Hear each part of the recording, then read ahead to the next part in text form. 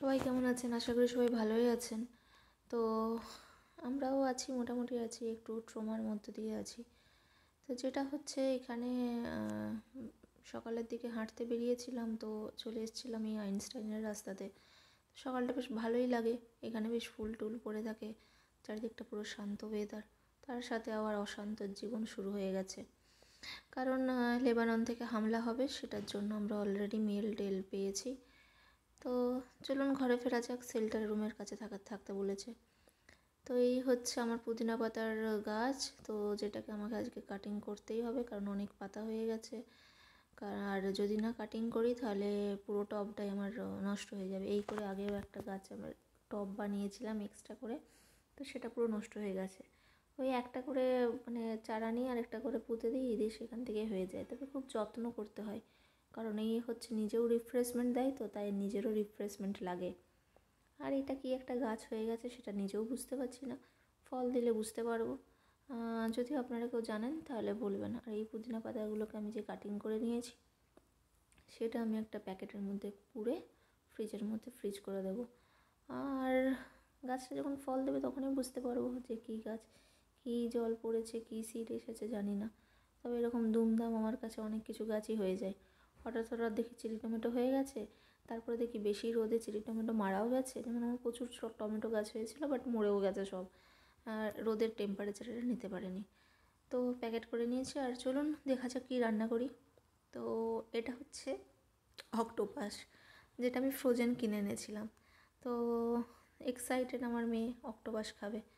ওর বাবা ল্যাবে যাচ্ছে, তো হিবুকি করতে এসেছিলো। হিবুকি মানে হচ্ছে হাগ গড়া। হিবুকি ওয়ার্ডটা এখানকার ওয়ার্ড। আর ওদের জন্য আমি 3 পিস মাছ বের করে রেখেছি।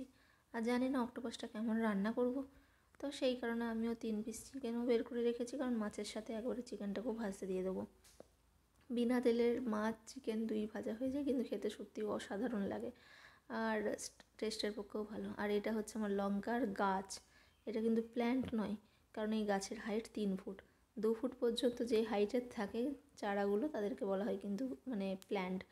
আর 2 ফুটের ওপর হয়ে গেলেই সেটা হয়ে যায় ট্রি। তো অলরেডি আমার এটা 3 ফুট হয়ে গেছে, তার মানে এটা আমার ট্রি। আর সত্যি মানে বেশ তাকাতবার গাছও হয়েছে, কিন্তু লঙ্কা সেইভাবে ধরেনি, মাত্র 4টে লঙ্কা ধরেছে। যাই হোক, আস্তে আস্তে হয়তো ধরবে, কিন্তু ফুলগুলো সব ঝরে পড়ে যাচ্ছে। এখানে তো আবার মৌমাছিরও কোনো আসার পাত্তা নেই না। এইখানে সেই ছোটো ছোটো কী সব পোকা টোকাগুলো আসে, আর আমার তো লঙ্কা গাছ ফলাচ্ছে মাছির দ্বারা। মানে মাছিই দেখছি একটা ফুলে বসছে আর একটা ফুলে বসছে, খেয়াল রাখতে হয় না। আর আমি পুরো গুনে গুনেও রাখি যে কটা ধরেছে। ভালো লাগে, তাও যে হয়েছে এটাই অনেক, কারণ লঙ্কার যা দাম বাইরে। আর লঙ্কার দাম তো দূরের কথা, এই লঙ্কা আবার পাওয়াও যায় না। তো এই যে অভিজিৎ দাঁড়িয়ে আছে, বাই করছে ওখান থেকে দূরে। এটা এখন পুরো আপাতত চলছে, যতদিন না স্কুল খুলছে আমার মেয়ে, ততদিন এরকমই চলবে শিডিউল তার। ওর বাবা যাবে বাই করবে, না হলে আমাদের সাথে ল্যাবে চলে যায়। তো এখন যেহেতু ইউনিভার্সিটি ছুটি, আমার কোনো কাজ নেই, তো আমিও বাড়িতে আছি। তো সেই কারণে এখন একটু জমিয়ে রান্না টান্না করে খাওয়া টাওয়া হবে, এই আর কি। যুদ্ধ হচ্ছে হোক, তাতে আমাদের আর কি, তাই তো বলুন। কারণ আমরা তো যুদ্ধে পার্টিসিপেট করতে যাচ্ছি না, তবে হ্যাঁ ফিল করছি দেশের জন্যও ভাবছি, এই আর কি, এইভাবেই কেটে যাচ্ছে। আর এই চলছে আমাদের লাইফস্টাইল জীবন। তবে ইউনিভার্সিটি থেকে সমস্ত কিছু এক্সাম ক্যান্সেল করে দিয়েছে। তা আসুন দেখা যাক রান্নাটার দিকে। তো যেহেতু আমার অক্টোপাসগুলো আমার ফ্রোজেন, তো এগুলো অলরেডি সব ওয়াশ করাই আছে, ক্লিনার আমাকে আর করতে হচ্ছে না আলাদা করে। তো আমি যেটা করেছি, একটু জিঞ্জার গার্লিক আর একটু অনিয়নকে মানে গ্রেড করে মানে চপড করে নিয়েছি, গ্রেড করিনি।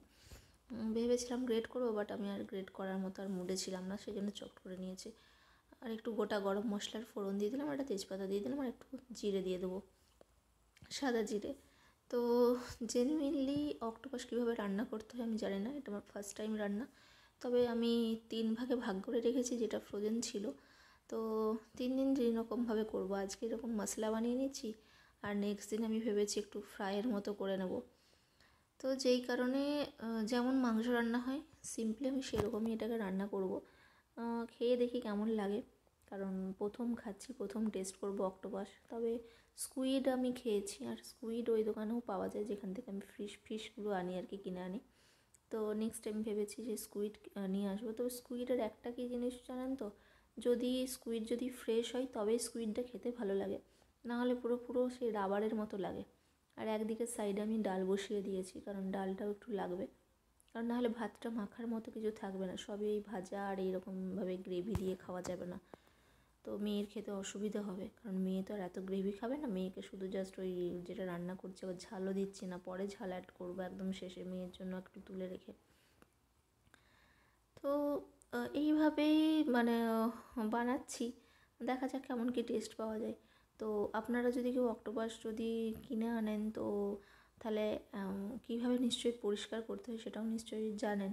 আর যদি কেউ জানেন না তাহলে আমি তাদের জন্য বলে দিই যে অক্টোপাস কিনে আনলে ফার্স্টে ভালো করে ধুয়ে নেবেন জলে ধুয়ে নেওয়ার পরে ওটাকে আপনাকে গরম জলেতে তেজপাতা, গোটা গোলমরিচ, একটা 2-3টে লবঙ্গ, দারুচিনি স্টিক দিয়ে ভালো করে বয়েল করে নেবেন একটু নুন দিয়ে।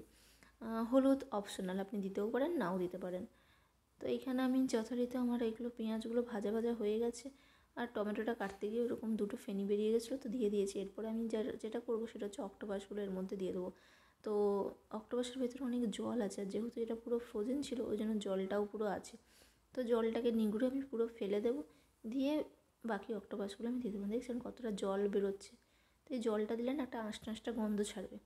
আর ওই জন্যই আমি আপনাদেরকে বলছি, যারা আপনি নর্মাল অক্টোপাস কিনে আনবেন টাটকা, তো তাদেরকে একটাই বলবো ভালো করে পরিষ্কার করে ধুয়ে দিয়ে গরম জলে ফুটিয়ে নেবেন এই গোটা গরম মশলার ফোড়ন দিয়ে। আর তবে হ্যাঁ, অবশ্যই কয়েক ফোঁটা তেল দেবেন আর লেবুর রস মেশাবেন, তাহলে দেখবেন এই অক্টোপাসের যে একটা বাজে একটা বিচ্ছিরি গন্ধ ছাড়ে সেই গন্ধটা কেটে গেছে।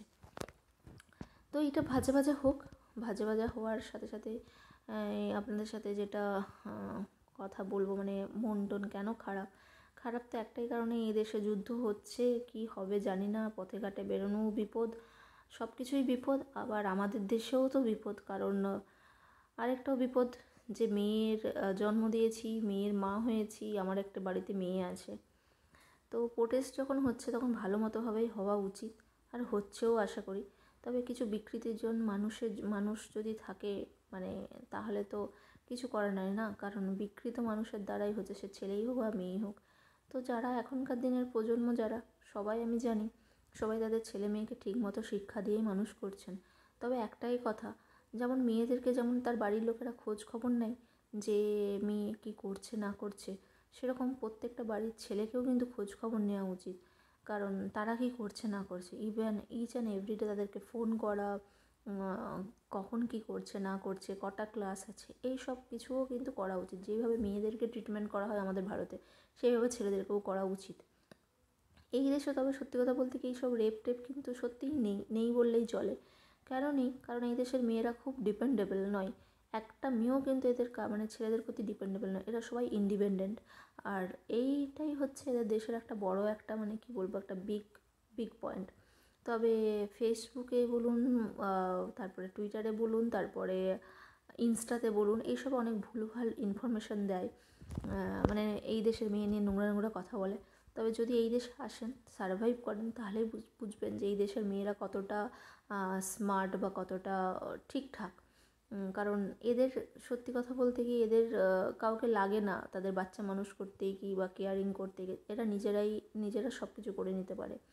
তবে এই দেশেও ডিভোর্স সব কিছুই হয়, কিন্তু একটা মেয়ে কীভাবে তার চিলড্রেনদেরকে হ্যান্ডেল করতে হয় সেটা সব মানে ছোটোবেলা থেকে সে শিখে নেয়। যাই হোক, আমাদের ভারতেরও কিন্তু এই জিনিসটা হওয়া খুব দরকার, মেয়েদেরকে ইন্ডিপেন্ডেন্ট হওয়া খুবই দরকার। কারণ মেয়েরা আজও কারোর আন্ডারে, সেই ছোটোবেলায় বাবা মার আন্ডারে, বিয়ের পরে স্বামীর আন্ডারে, আবার বুড়ো বয়সে সন্তানের আন্ডারে, এই জিনিসটা খুবই বাজে জিনিস, একদম বাজে জিনিস। আমি তো এর একদম বিরুদ্ধে। তো কিছু হলেও মানে নিজের কিছু করা উচিত, আর ছেলে মেয়েকেও সেইভাবেই ট্রেন করা উচিত যে তুমিও নিজের কিছু করো, কোনো কাজই ছোট নয়। যদি মানে কেউ যদি কিছু নাও পারেন, আর কেন পারবেন না সেটাই আমি বুঝতে পারছি না। সবার মধ্যেই কিছু না কিছু ভগবান ঠিক কিছু গুণ দিয়েই রাখে, শুধু সেটা নিজেকে খুঁজে নিতে হয় যে তুমি কোনটা করতে পারবে। তো এখনকার দিনে তো অনেকেই দেখছি যে ফেসবুক, আমিও যেটা করছি, এই রান্নার ভিডিও বলুন, যাই বলুন, কিছু না কিছু করছি, তো অনেকে দেখি বিকৃত মস্তিষ্কের মতো নাচবো, কোদন, হ্যাঁ নাচ করলেও সেটা যেন ভালোভাবে হয়, যেন সেটা একটা সমাজকে একটা সুস্থ বার্তা দেয়, সেইভাবে করুন, সেইভাবে রিলস বানান। কিন্তু কিছু অসুস্থ মহিলা, অসুস্থ মা, হ্যাঁ মা বাবা থেকে আরম্ভ করে সবাই, আমার তো ওনাদেরকে অসুস্থ ছাড়া আর কিছু বলতে ইচ্ছে করে না। তো আমার মনে হয়েছে অসুস্থ ওনারা, ওই জন্য এরকমভাবে বিকৃতভাবে ওরকমভাবে করে বেড়াচ্ছেন। তো সেটা যদি পারেন, সবাইকে একটা কথাই বলবো, ওনাদেরকে প্লিজ মানে হাইড করুন। কারণ ওনাদের জন্য, ওনাদেরকে যদি আপনি হাহা রিয়াক্ট দেন, তাহলেও কিন্তু ওনাদের ভিডিওটা আরও আপনার ফ্রেন্ড সার্কেলে ছড়াচ্ছে। তো এটা আমার মনে হয় যে নতুন প্রজন্ম যারা আসছে তাদের জন্য খুবই হার্মফুল ওরা। তো আমাদের বাড়ির চারপাশেও দেখবেন এইরকম কিছু হার্মফুল লোকজনও থাকে, তাদের থেকেও বলো বাচ্চাদেরকে একটুখানি সাবধানে রাখবেন। কারণ কেউ হয়তো আপনার বাচ্চাকে হয়তো বলে দিল, বাচ্চাটা বড্ড পাকা, বাচ্চাটা এই, বাচ্চাটা সেই, হ্যাঁ। তো আমি বলবো তাদের কাছ থেকে যতটা পারেন বাচ্চাকে দূরে রাখারই চেষ্টা করুন। কারণ বাচ্চারা কখনো পাকা হয় না, পাকা কাঁচা ওরা তো বোঝেই না। নর্মাল আমরা যেমন একটা পয়েন্ট ভিউ থেকে একটা কথা বলি, বাচ্চারাও একটা পয়েন্ট অফ ভিউ থেকে কথা বলে, ওরা যেটা শোনে সেটাই বলে। তো তার মানে এই অর্থ দাঁড়ায় না যে বাচ্চাটা পাকা। যাই হোক, আমার বাচ্চাকে যদি কেউ এইসব কথা বলে তো আমি একদমই টলারেট করি না, আমি তার সাথে টোটালি কথা বলা বন্ধই করে দিই। কারণ আমি এগুলো একদমই নিতে পারি না। কারণ ছোটোবেলা থেকে আমি নিজে অনেক কিছু ফেস করেছি, অনেক কিছু লাইফে অনেক কিছু দেখেছি সবাইকে কাছ থেকে, যাদেরকে নিজের ভাবতাম, যাদেরকে নিজের মনে হতো, তারা দেখেছি নিজের নয়। ইভেন তারা কখনোই আপনার ভালো চাইবে না। তো সেই রেশিওতে বলতে গেলে বাচ্চাকে খুব ভালোভাবে ট্রেন করুন, আর সুশিক্ষা অবশ্যই দেবেন। আর যেহেতু আমি হিন্দু বাড়ির একটা মেয়ে, আমি আমার বাচ্চাকে চেষ্টা তো করি, মানে ঠাকুরের পাঠ পুজো আর্চা কেমন করে করতে হয়, ঠাকুরের মন্ত্র পড়া, আমার বাচ্চাকে যতটুকু পারি, আমি নিজে যতটুকু জানি সেইটুকুই আমার বাচ্চাকে দেওয়ার চেষ্টা করি।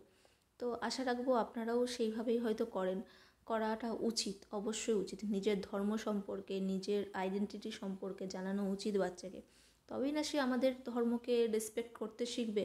তবে ভুলভাল ইনফরমেশান দেবেন না, যেটা আপনি নিজে জানবেন সেটা দেবেন। তো মেয়ের জন্য অক্টোপাস অলরেডি তুলে দিয়েছি, তারপর আমি একটুখানি লঙ্কা মিশিয়ে এটাকে জাস্ট মানে বানিয়ে নিচ্ছি আর কি, যার কারণ না হলে ঝাল ঝাল লাগবে না।